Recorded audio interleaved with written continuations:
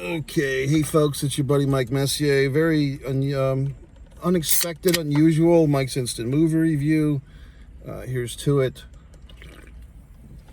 First Coast Cinema World, a Jacksonville documentary. Now this one, the words subjective and objective are always interesting. For a long time I got them mixed up. Also, words like condemn and condone always used to confuse me in my youth. So this will be very subjective, but I guess all my Mike's Instant Movie Reviews are subjective. But this film is actually made by a very good guy, a good person, a good friend of mine, Royce Freeman and Associates. And also, I'm in the movie. I'm a talking head amongst, I think, Royce said 150 people were interviewed or one point or another in this documentary. I'm very sweaty and famished, by the way. So I just, as we're speaking, I'm still in my vehicle here in, I believe it's called the 5 Point section of Jacksonville. The Sunray Cinema, which is a historic theater, independent movie theater, which will be closing soon, at least at this location. I believe they will be opening at another location soon, but this one is not long for this world. So they're having like a couple of weeks of movies, independent movies and showcases to go out with a bang, which is nice. Nice audience for this screening. A lot of people that I knew, some people that knew me, some pats on the back, some handshakes and so forth.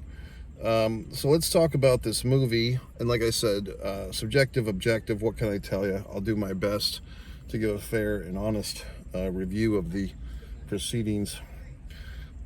First thing I would say, maybe we'll get some of the negative thoughts. I think just because, as a filmmaker myself, you're always looking at a movie, especially one that you're close to as far as the filmmaker is a buddy, and you're like, well, what would I have done differently?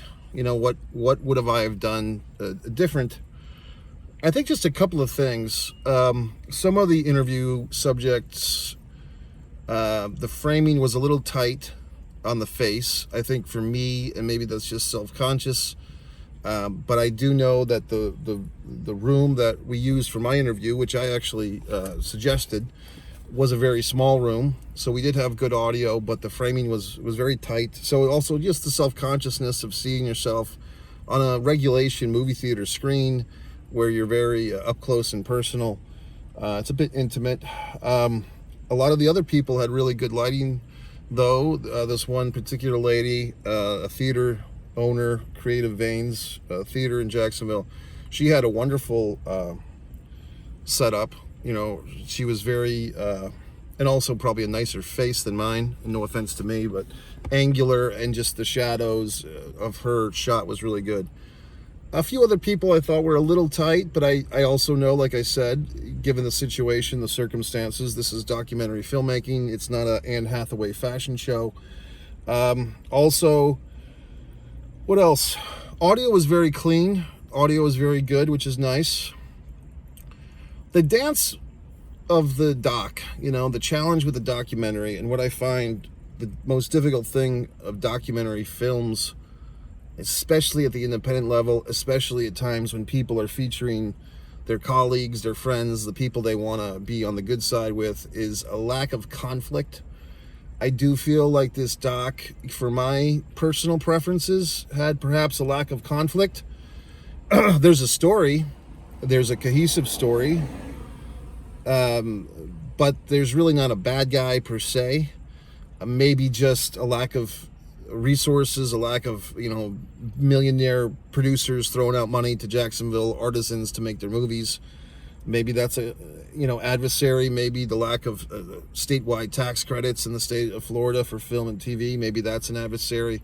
The history, which it gets covered, I did like how Royce broke this movie up into different sections, different topics.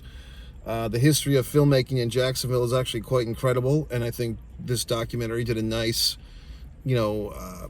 summary of that in a visual and auditory way.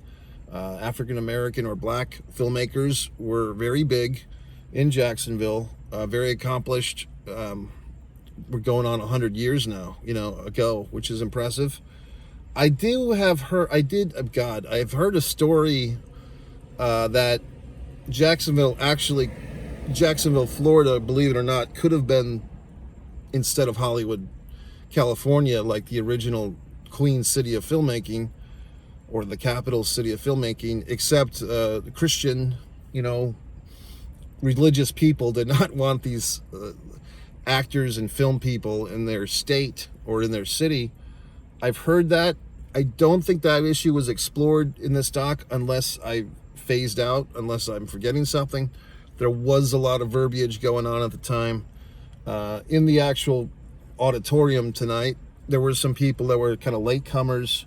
I believe they've added some seats in the cinema, as they're probably getting big crowds now for their last days of business here. So there was a little bit of a disturbance because people were trying to sit down, and the whole "are you in my seat" routine. So I might have missed something, but I feel like the overall synopsis was good. And then we kind of get into these different topics, the 48-hour film project, which I've personally never taken part in Jacksonville, but I used to do that in New England. That was mentioned. That had a good, Also, I thought it was impressive that Royce interviewed the actual creator of the 48-hour film project, who I've never seen him on video before. Maybe I've never looked, but it's cool that he had got the actual guy who created that project, or that competition in 2001. So that was nice. What else? So yeah, so basically for me, a good friend of mine, a guy that I've worked with many times, made a documentary about a historical video that, once again, lack of conflict.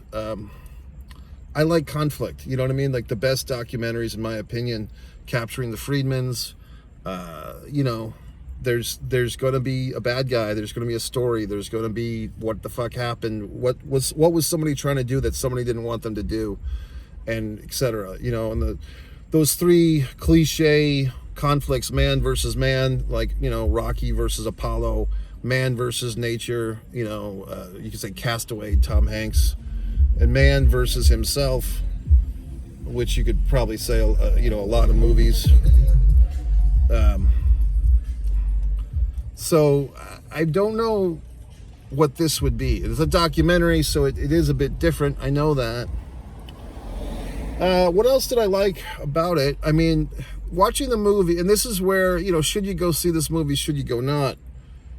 How does that apply to this? If you're in the state of Florida, even if you're not in Jacksonville, or if you're in Georgia, or any other states within driving range, I think it would be a good watch, especially if you're a fledgling entertainer, actor, filmmaker. If you have no interest in independent film and no interest in the state of Florida, I suppose you could pass on this one, unless you want to see me on the screen for about a total of a minute. But my minute is pretty solid, to be honest with you.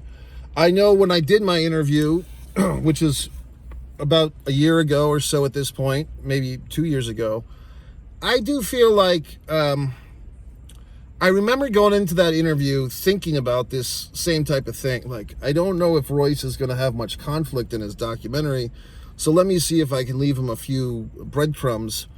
And I remember saying some stuff that I was trying to be a bit edgy, a bit controversial, a bit counterintuitive to what I thought other people would say.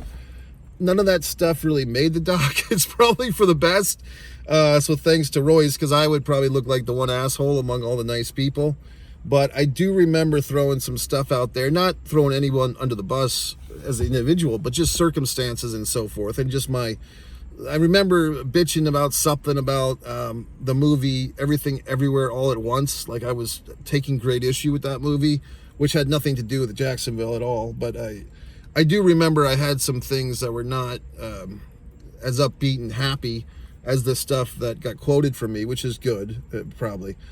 I think what Royce did here with the editing, and I give him massive credit, I'm sure it was 150 hours, if not more, of footage. I mean, he interviewed me for, I think, 45 minutes or an hour.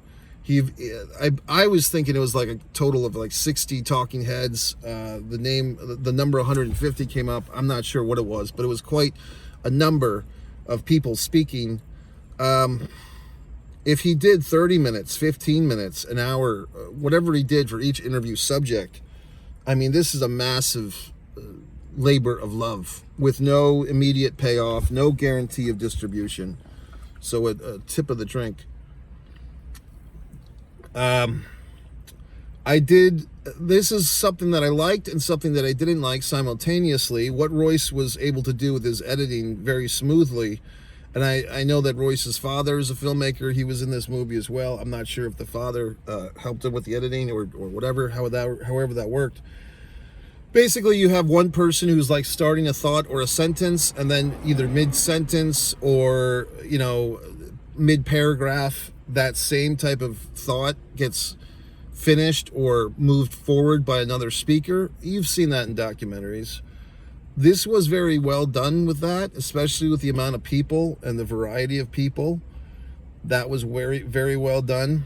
Here's, like I said, sometimes you watch these things, and if you're Monday morning quarterbacking somebody else's work, and you're like, I would have done it differently.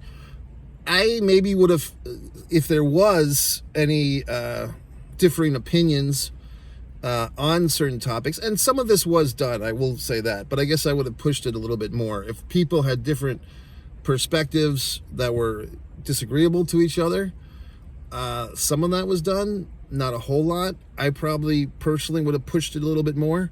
I think my personal taste with a documentary is like a little bit of blood underneath the fingernails, a little bit of grime.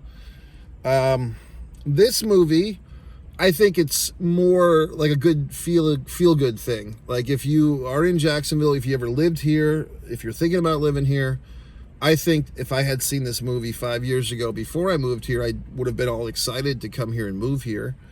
I think this movie could be used even, by a state tourism council or a state residency thing. I don't know if they have that, like where the state tries to get people to move to the city. I don't know. But I mean, I think this, if you're trying to lure people in for a film scene or a place to live where they can be creative, this would be this would be the movie. I don't,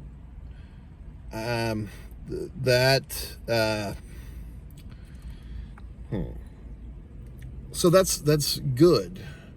I had a thought that was kind of floating around. I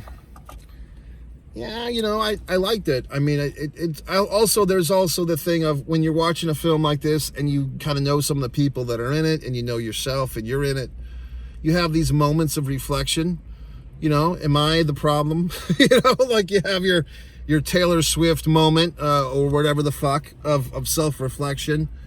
Is it my ego, my id, my self-importance?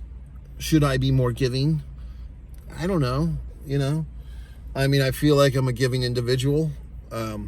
I think this is the thing with everybody, or a lot of people, not to say everybody, but I think a lot of people, have something to say, they want to be heard. And while they're doing that, they kind of forget that every other asshole has something to say and that every other asshole wants to be heard. So you're always kind of in this quandary where you're trying to, in our day and age of everyone is a fucking content creator, everyone feels like their content or their message is the one that's so good. You know what I mean? So you have that. I'm just waiting patiently.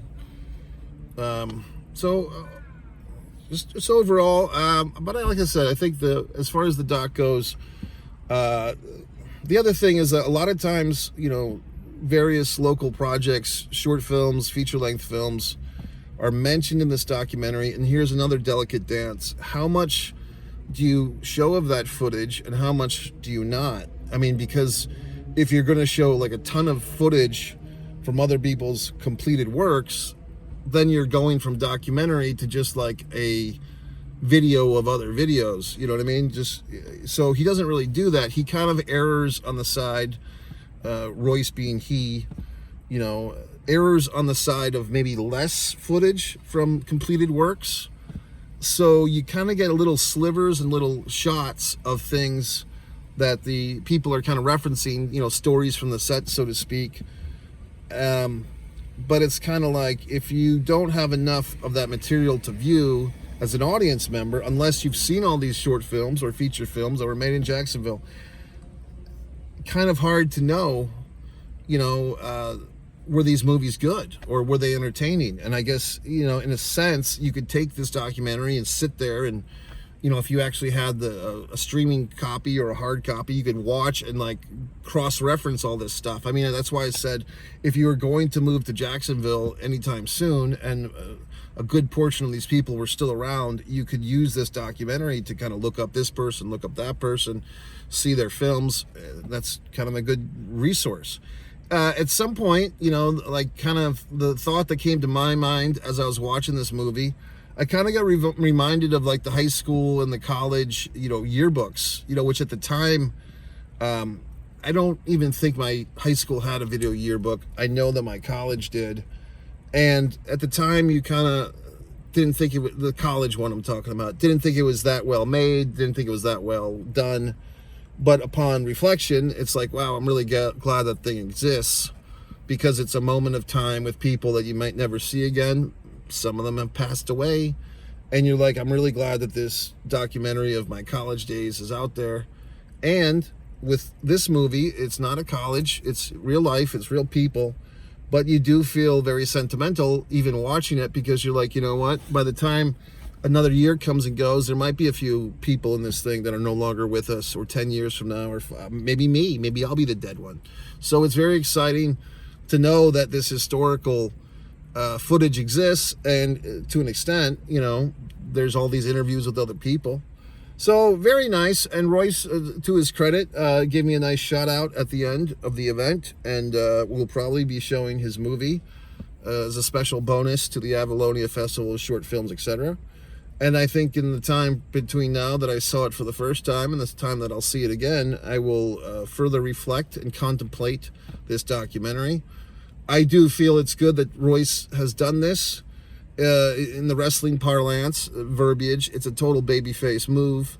He has, made himself a local legend. I mean, really quite ingenious, actually. Like, if you're going to meet friends and influence people, put them on camera talking about themselves and their interests. So I give him all hail credit. But, he's a nice guy to begin with. So, but once again, like, what you put into this thing, you as me, the film viewer, you're always putting your own spin on things, your own goggles, as it were, of how you see the world. And, I think the bigger question is can this movie, hopefully will get distribution? What will people outside the bubble think? I think there was a foreshadowing. It was an individual that Royce told me, someone kind of, there's a couple of guys it might have been, but I don't want to besmirch them with this quote, but basically someone gave him a prophecy that you can make this documentary about Jacksonville filmmakers, and the Jacksonville filmmakers will like it, but the real question is, will other people like it? Will people outside the bubble like it, or respond to it, or even care? And I don't know the answer. I think that's why I said at the beginning of this review, it's very hard to be totally objective, when in fact I'm in this thing, for a minute or so, and I know a great deal of the people in it. So it's hard to be subjective, or it's easy to be subjective. It's hard to be objective. Who knows? Maybe somebody in Kalamazoo or Detroit, Michigan would be watching this documentary and get all hot and bothered and excited and move their family and their money to Jacksonville, Florida, which would be awesome. But I don't know. I mean, so I think that's why artists, filmmakers, painters, writers, we all make our wonderful art. As you might have seen earlier in the day, I'm very happy that my wonderful novel, Fight or Play Basketball, I recently updated the cover, the back cover, and so forth, and I'm all hot and bothered about it. Very excited.